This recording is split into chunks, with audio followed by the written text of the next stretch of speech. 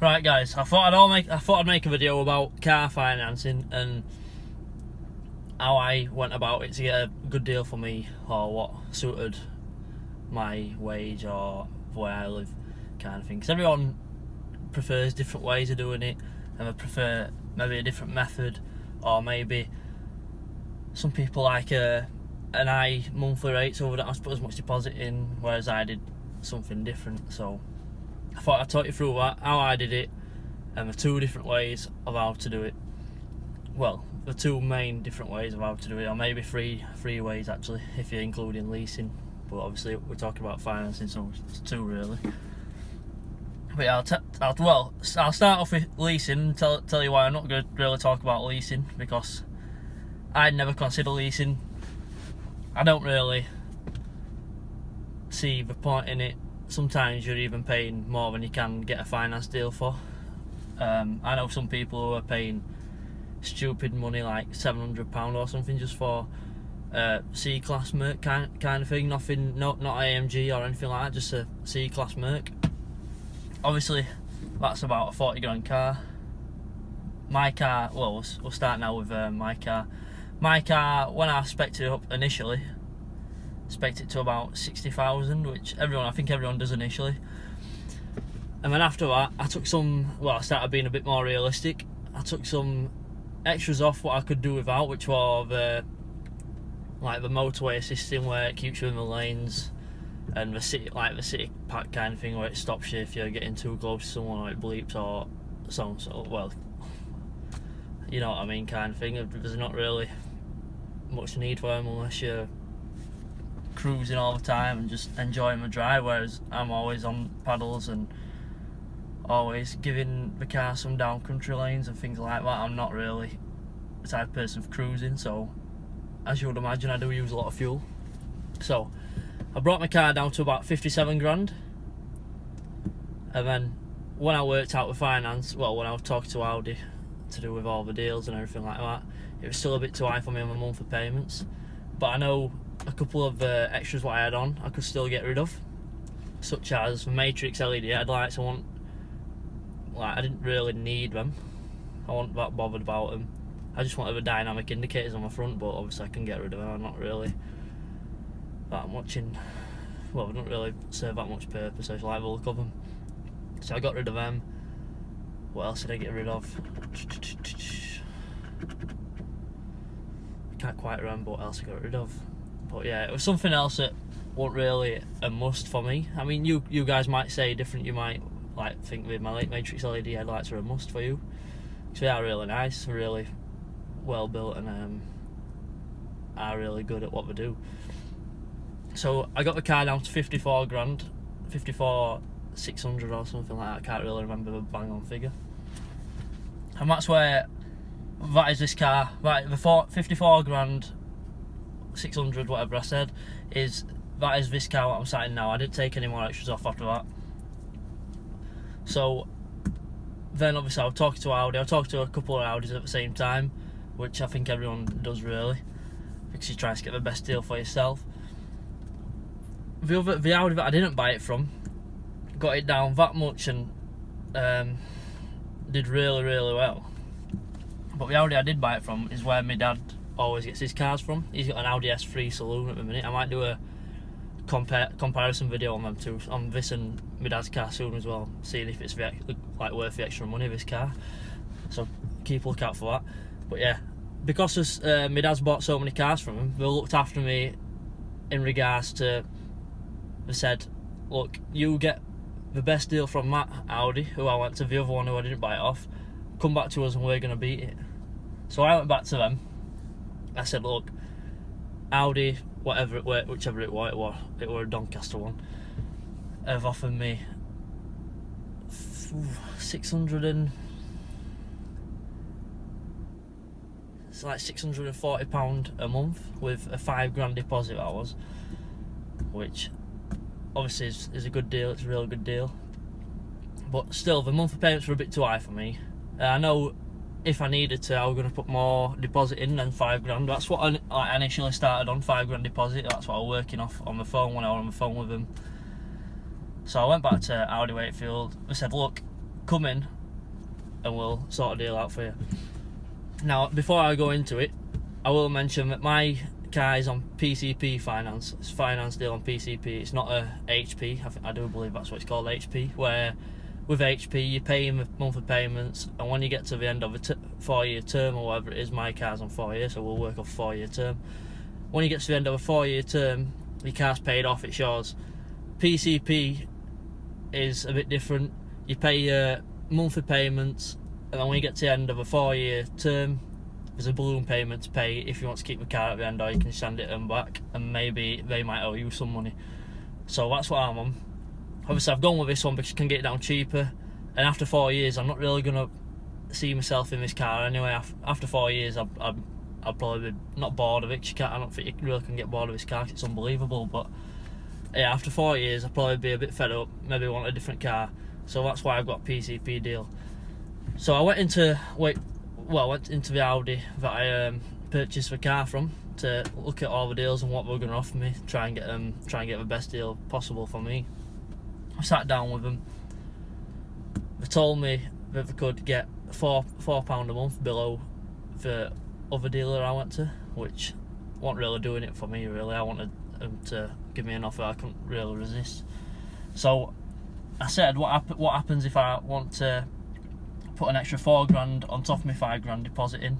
£4,500 on top of my £5,000 deposit in. So I ended up putting a £9,500 deposit in for the car, bearing in mind if the car's 54,000. £9,000 deposit, and I got my monthly payments down to 535, if you believe it or not. Which is a bit crazy. If you've got an Audi RS3, you're probably thinking, how the hell has he done that? Because it's an unbelievable deal. A lot of people say, why would you get PCP? Because people say, oh, it's not your car, things like that. But the difference in leasing and PCP, let's say, leasing, you don't always get the spec that you want. It's not always bang on the spec that you want. You're paying a bit over the odds for a lease car as well. And you can't, with this car, I can do what I want to. I can take it back however it's taken back. I can wrap it, I can modify it, anything. I can do anything I want to it. So technically, it is my car. And there's a lot of people arguing out there, I know, he's saying, oh, it's not your car, you don't own it, why do you pay this much if it's not your car, it's a waste of money. I've got this car because I've always wanted an Audi RS3. So obviously the job I do is a heating engineer, and when I qualified after being in a 4-year apprenticeship, buying this car made the 4 years feel worth it, kind of thing. So now I've got this car, unbelievable car, so happy, and I think £535 a month is definitely worth it for it. And I'd advise anyone to just go for it. If you want a car and you've always wanted it, just go for it. If you can get the monthly payments down to suit yourself and suit your earnings, then just go for it. So yeah, 54 grand car, £9,500 deposit, 535 a month for 4 years. If it were HP finance, it would have been about £1,100 a month, I think it was, which is too much for me. I won't be paying that a month. Well, there's not many people who pay £1,100 a month for an Audi RS3, I don't believe, unless they're made of money. So, if you're looking to buy a car yourself, this is my fourth car now, and all my cars have been on PCP finance, and I've never had a problem with it at all. I definitely recommend it. You can get a better car than you could with any other type of financing or leasing or whatever.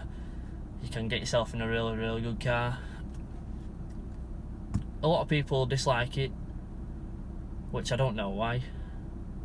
But yeah, if you have always wanted a car, a certain car, I definitely recommend ringing up a dealer of manufacturer of a car, dealer for it, and just talk with them, and you'll be surprised to what you hear from them and how low you can get the payments for you.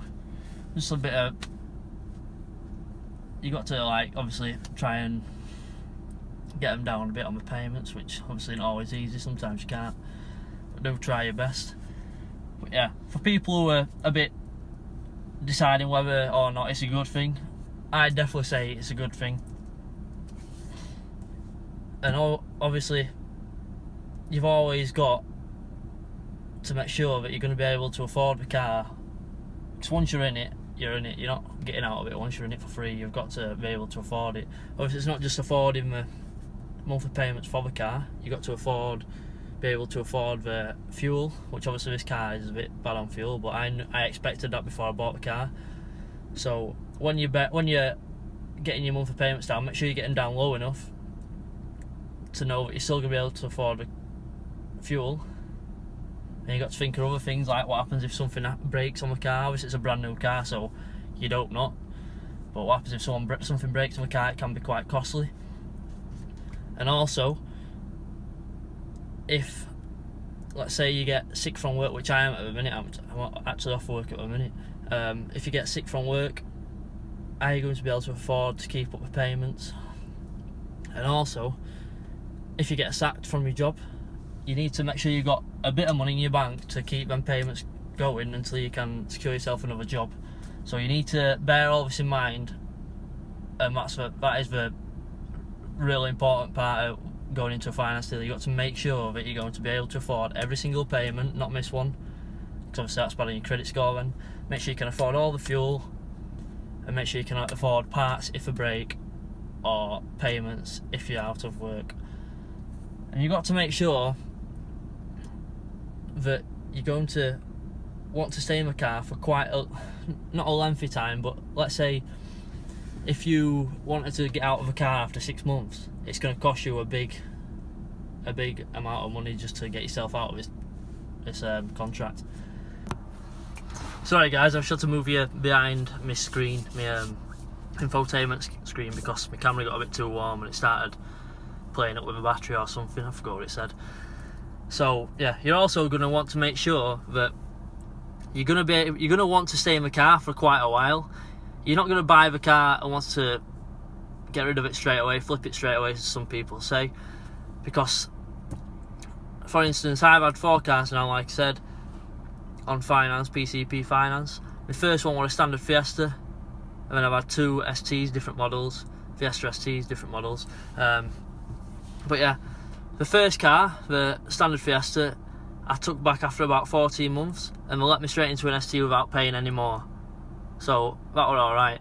The first ST I had, when I got rid of that one, they let me straight into an ST as well. That was after about 9 months, but that's because they let me into an ST but I didn't have to pay any VAT on or something. I can't remember what exactly they said. But the final ST, where I transitioned from the ST into this car, I took it back after about 8-9 months again, and I owed them £600-800, something like that. That's obviously because how much it was worth and how much I paid were far from adequate to just leave it with them. So make sure that when you're getting a car on finance, you're going to want to stay in it for quite a while. It's going to end up backfiring on you, and sometimes you might not be able to afford to take it back after the period of time you've had it and you want to get rid of it. So you need to make sure that you're willing to keep the car for quite a length of time. Obviously, buying this car, it's an expensive car. No, obviously it's my dream car, my dream affordable car kind of thing. If there's any car, my dream car, it's probably McLaren P1 or something like that. But yeah, this car I'm going to want to keep for a long time anyway, because it's, like I said, it's my dream car. So that's why I'm happy staying in my contract for maybe like the very least, and then 4 years if I have to, which obviously won't be a problem if I have to, because I love the car and I can't imagine me getting bored of it.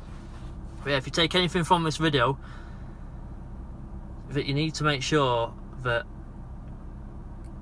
you're gonna be able to afford everything. Missed payments, they're bad, you don't want them. Fuel, breakdowns, and if you're off work sick, like I said, or if you get sacked, you're going to want to be able to have some money to fall back on to pay the payments while you're off. Now, on this, obviously the PCP, like I said, I put an high deposit in. Like I said at the start, you can put an high deposit in, get your monthly payments down. Some people prefer to put a low deposit in and pay more on the monthly payments. I suppose it's all depends on how much you're willing to put down as a deposit, how much you've got in your bank to put down as a deposit, or even how much you're on a year. If you're on absolutely loads a year, you're not going to mind the monthly payments, so you'd rather have the money in your bank rather than putting a massive deposit down. Whereas the bigger deposit you put down, obviously the monthly payment's going to come down. So that's why I put a £9.5 deposit in, £535 a month. If you want to ask more questions on what I've told you today, if I've missed anything, do let me know in the comments below, and I can definitely make another video, which I'm expecting to make another video anyway, because I can't always remember it all in one video. But yeah, make sure you got enough money to pay the payments and not miss any, and don't sign a contract until you're 100% sure that you can afford that car, and like I said, the payments. And you're gonna want to make sure that you're willing to stay with the car for quite a while. But yeah, if I missed anything, let me know in the comments below. Let me know what other videos you want to see. Please leave a like, comment and subscribe as always. And as always guys, that's this video done. I'll see you on the next. Thanks for watching. Bye.